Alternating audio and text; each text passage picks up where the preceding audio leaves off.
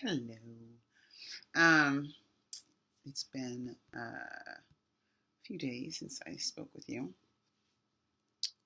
and I have had many conversations since Wednesday um, about how people are feeling around the results of the election, and whether it be clients that I'm working with, or seeing somebody in passing. Um, And the response has been overwhelmingly, after I ask someone how they're doing, uh, as good as to be expected. I mean, probably the same as you're doing, or I'm devastated, or, well, I'm not crying anymore. So um, immediately I recognize that I'm probably going to have to tread lightly. And the reason being is I haven't felt any of those things. I haven't felt devastated. I haven't cried about Trump becoming the president-elect. And I am not afraid, and I'm not angry. Yeah. And I'm going to try to summarize quickly sort of why those feelings never popped up for me. One, I knew he was going to win because I know the country that we live in. I know the parts that are good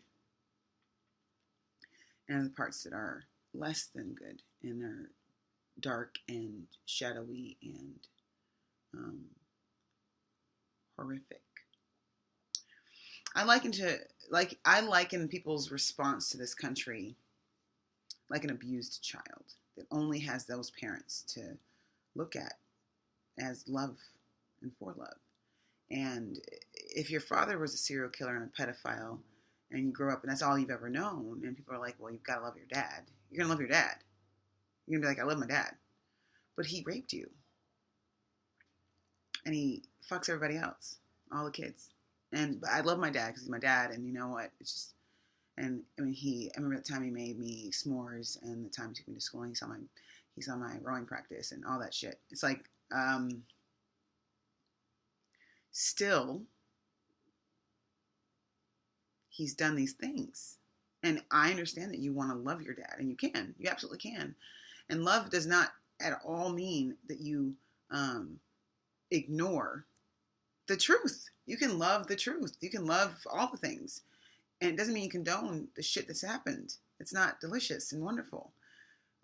We live in a country that was built on white men running everything. Absolutely everything. And women had no say, and black folks weren't even people. Native Americans were in the way and murdered.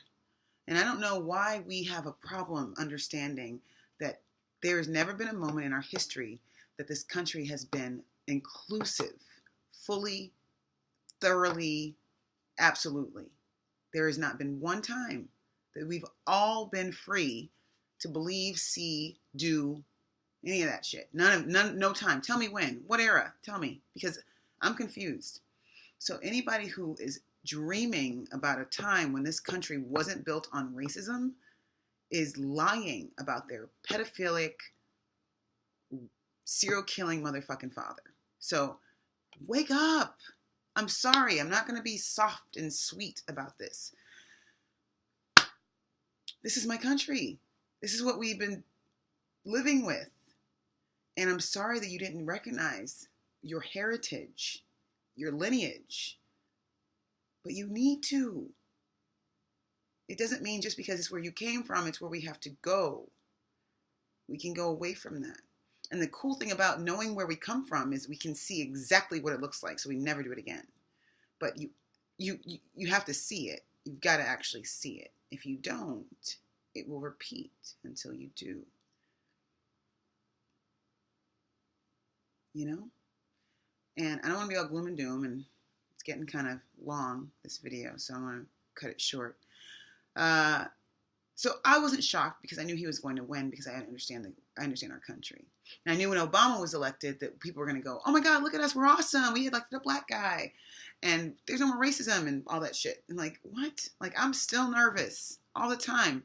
I'm sorry. I don't feel any different before Obama, from before Obama was elected to after. I feel no difference. Black folks feel no difference.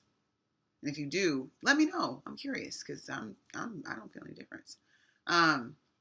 And I feel a difference now. I feel like people are actually wanting to talk about things. I feel like people are actually wanting to own some things. I'm feeling like people want to actually see some things because they can't not anymore. And I can tell you right now, sometimes the very thing that we least desire is the very thing that we need. And we needed a wake-up call, apparently, because nobody was doing it on their own. So hopefully you don't go back to sleep. Hopefully you stay awake. Hopefully this will inspire you to create lasting change so we can go towards something that is beautiful as opposed to staying in this shit and ignoring that it stinks. Have a good day.